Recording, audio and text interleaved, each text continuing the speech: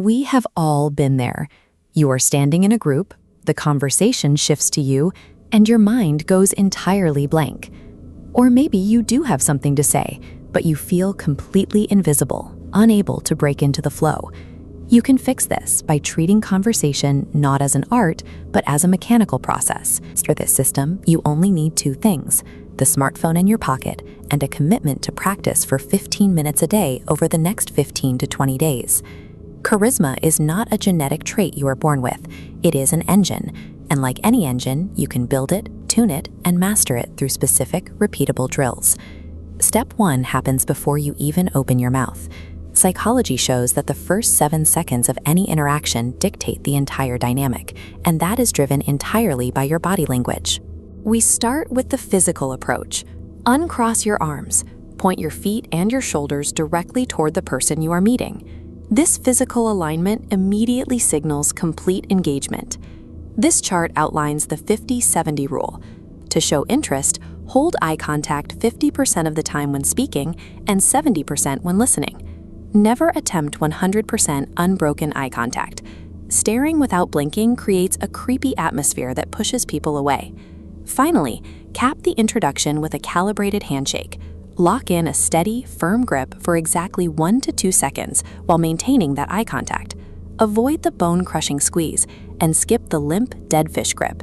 Executing this precise 7-second physical sequence bypasses the other person's conscious judgment. You automatically establish a baseline of respect and trust before a single word is spoken. Step 2 is building instant rapport. The fastest way to do this is by using a person's name early in the dialogue. Hearing their own name makes the listener feel prioritized and anchors their attention to you.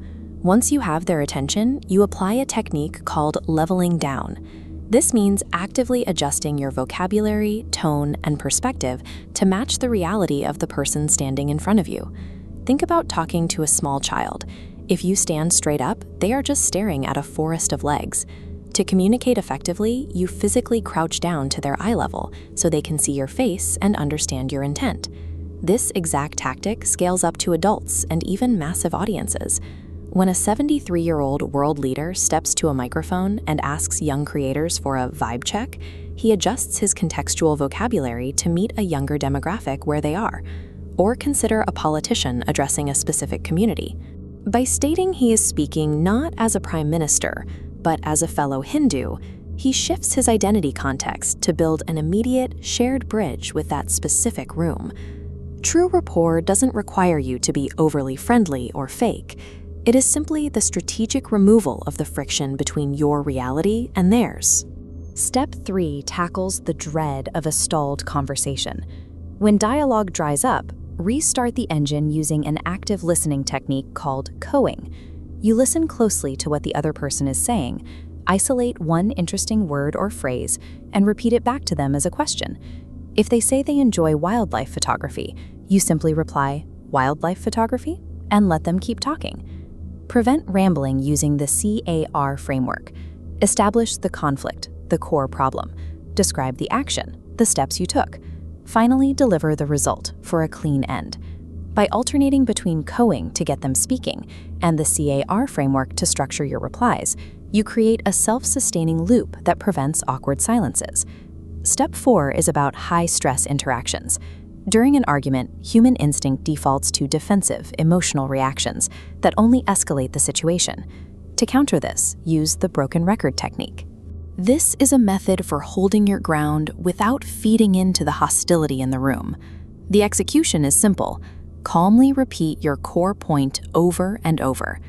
Do not add anger, do not provide extra justifications, and absolutely do not curse. Just restate the boundary. To maintain calm, override your cognitive defaults. Instead of the impulsive 2 Ps, panic and proceed, adopt the 4 Ps, pause, process, plan, and proceed. The most critical step is the pause. Forcing yourself to stop short-circuits your biological instinct to lash out. Conversational power in a conflict isn't about yelling the loudest or getting the last word. It is about strictly controlling the pace of the escalation. Step 5 moves us from theory to practice. knowing the psychology is useless if you don't physically condition your voice to execute it. The world's most effective communicators command attention by manipulating their pitch, their pace, and their strategic use of pauses. They use their voice as a physical tool to inject emotion into the room. To build this skill, here is your daily assignment.